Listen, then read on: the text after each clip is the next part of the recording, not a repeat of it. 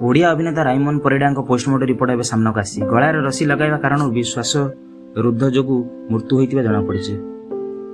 ओडिया अभिनेता राइमोन Parida postmortem report एवं सामना को आसी श्वासरुद्ध जो राइमोन मृत्यु होता रिपोर्ट में उल्लेख कराई। गलार रसी लगाइबा कारण श्वासरुद्ध जो मृत्यु होता जमापड़ी। कमिशनरेट पुलिस पोस्टमार्टम रिपोर्ट हस्तगत कराई।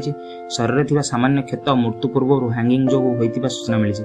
पोस्टमार्टम रिपोर्ट संपर्क कैपिटल हॉस्पिटल पक्षर सूचना दी जाएगी।